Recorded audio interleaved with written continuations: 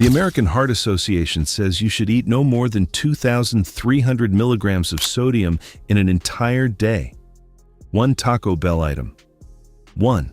Contains 2,080. That's 90% of your daily limit in a single order, before your drink touches the table. And it's not the nachos, it's not the loaded fries, it's the item people order when they're trying to make the smart choice. I went through every item on Taco Bell's published nutritional data, cross-referenced against AHA guidelines, USDA dietary guidelines for Americans, and 3 registered dietitians' documented frameworks for evaluating fast food. What I found is this: the menu is designed so that the items that sound responsible are the ones that will wreck you. And the items most people dismiss without a second thought? 2 of them are the only things on this menu that registered dietitians will actually recommend. 8 items to avoid, 2 that hold up, and 1 FDA legal labeling loophole buried in ingredient documentation that lets a Taco Bell item list 0 grams of trans fat while containing partially hydrogenated oils. I'll show you exactly how that works. But first, you need to understand everything else. Registered dietitians don't evaluate fast food by calorie count.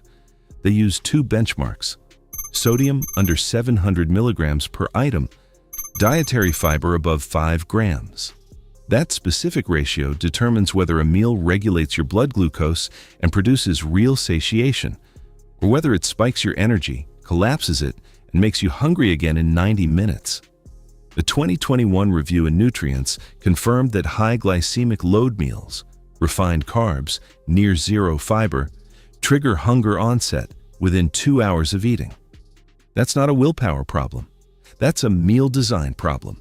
700 milligrams sodium, 5 grams fiber. Hold those 2 numbers. Every item I'm about to show you fails one or both. Some of them fail by a factor of 3. Item 8. The Beef Burrito Supreme. 1,300 milligrams of sodium. 10 grams of saturated fat.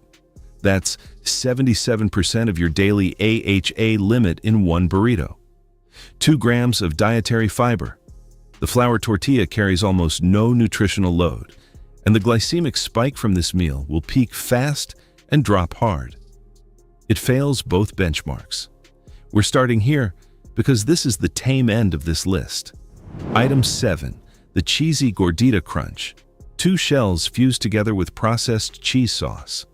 1,040 milligrams of sodium, 8 grams saturated fat, 3 grams dietary fiber.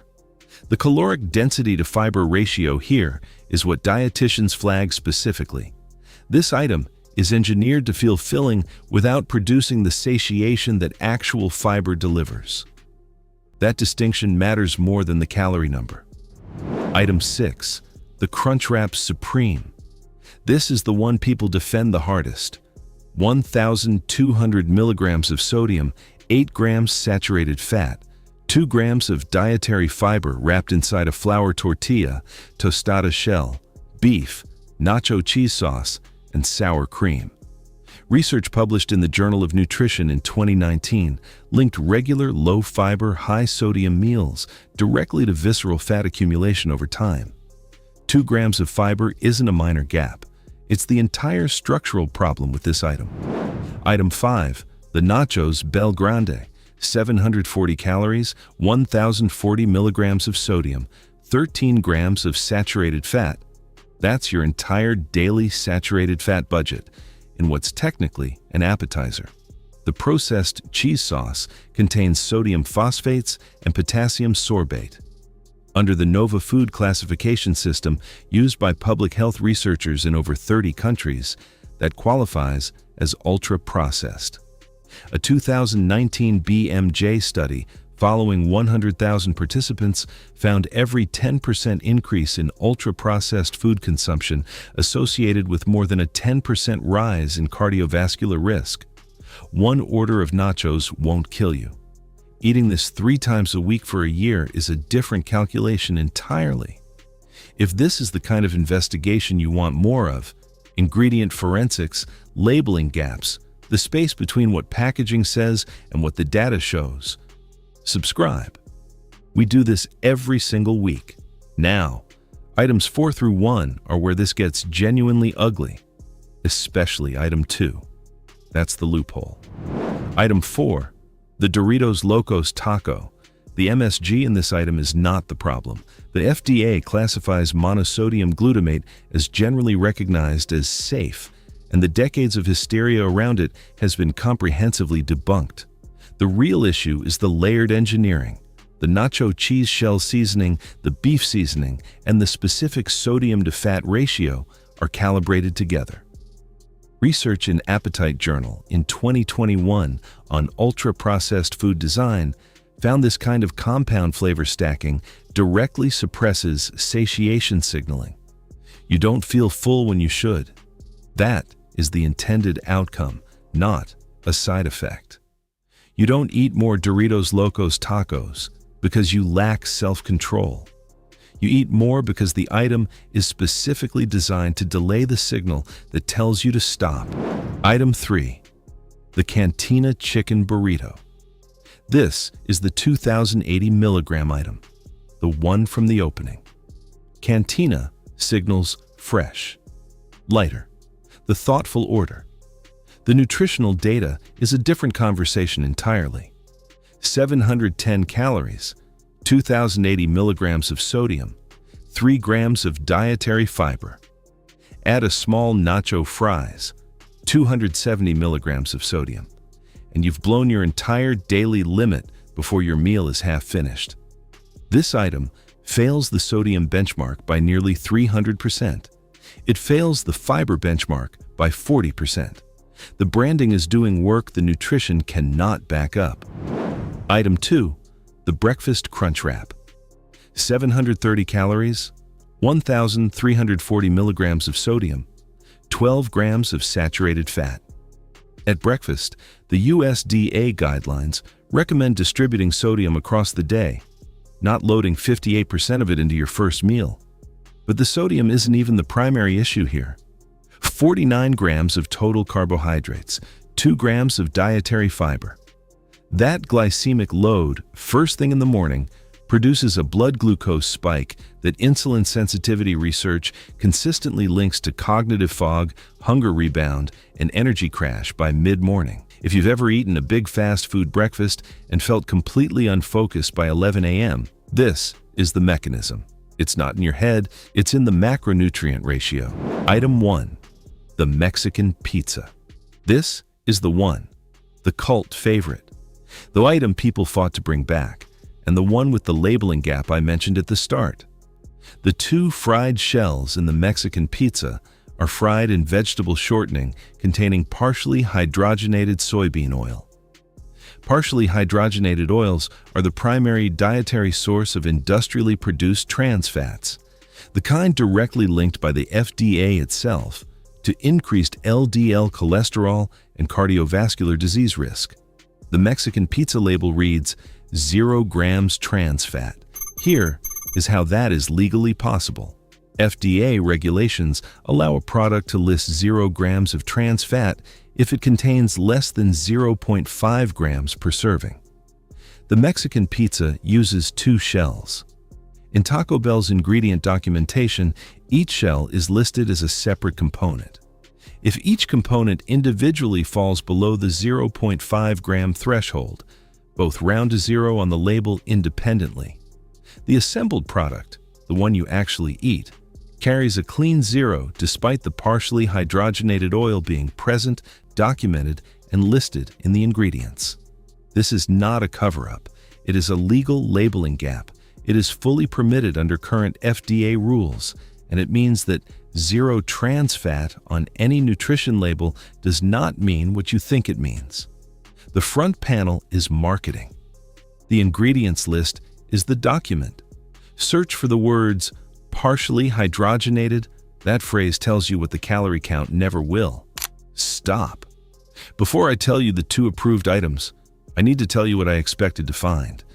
I assumed dietitians would point me toward some modified grilled chicken option. Something with light in the name. Something that sounds like a compromise. What they actually pointed to made me reread the data twice. Because these are the two items that Taco Bell customers order almost apologetically, the ones people get when they can't decide or when they're eating with someone else's order in mind. Nobody films themselves unboxing these. Nobody campaigns to bring these back. And by every metric that registered dietitians use to evaluate fast food, they are the two best things on this menu. The black bean crunchy taco. Under 200 calories, 170 milligrams of sodium, 5 grams of dietary fiber, 2 grams of saturated fat. It clears both benchmarks, the only Taco Bell item that does it this cleanly at this calorie level. Registered dietitian Maya Feller, writing on Fast Food Navigation for Clinical Practice, documented that bean-based tacos represent one of the only fast food options where the fiber-to-calorie ratio approaches a balanced home-cooked meal. 2 of these, under 400 calories, under 400 milligrams of sodium, over 10 grams of dietary fiber. That combination produces real satiation, a moderate glucose response, and won't touch your sodium budget. The bean and cheese burrito, one of the oldest items on the menu, one of the most overlooked. 380 calories, 1,030 milligrams of sodium, higher than ideal, but paired with 8 grams of dietary fiber, which is genuinely exceptional for fast food. That fiber slows glucose absorption, moderates your insulin response, and produces satiation that lasts past the 2-hour mark. Dietitians recommend this item specifically because the fiber-to-sodium trade-off holds up better than almost anything else available at the drive-thru, including everything with Cantina in the name. The two best nutritional items at Taco Bell have no marketing behind them, no limited-time urgency, no cult following, just a ratio that actually works, and a price point that's been there the whole time. Order the black bean crunchy taco or the bean and cheese burrito as your baseline. 2 black bean tacos beats every single item order on this menu nutritionally at any price point. If you want meat, the regular crunchy taco, not the Doritos version, clears both benchmarks at 170 calories and 300 milligrams of sodium. Treat the Mexican pizza, nachos Bel Grande, and cheesy gordita crunch as occasional items. Not that bad if I'm careful the rest of the day. Occasional. Frequency changes the math on saturated fat and ultra-processed ingredients faster than most people account for. Skip the breakfast crunch wrap if your morning requires sustained focus. The glycemic load alone will cost you 2 hours of productive time. And every time you see 0 trans fat, flip the package. Find the ingredients list. Find the words partially hydrogenated. That's the real number. If any of this touches a specific health decision, talk to your doctor or a registered dietitian. This is a starting point, not a prescription. Here's what this actually shows. The most dangerous items on this menu aren't the ones that look dangerous. They're the ones that were designed to look like the safe choice. Cantina? Supreme? Breakfast? The labeling loophole on Mexican pizza is legal. The satiation engineering on the Doritos Locos Taco is documented in published research. The 2,080 milligrams of sodium in the Cantina burrito is printed on Taco Bell's own website. None of this is hidden. It's just never been organized in a way that's useful to you at the window. The McDonald's investigation runs the same pattern, and the item they've positioned as their healthiest option is the one that fails hardest. That video is already up. The rule is simple. The more a fast food item is marketed as the responsible choice, the more carefully you should read what's actually in it. Remember, the front of the package is marketing. The truth is always behind the label.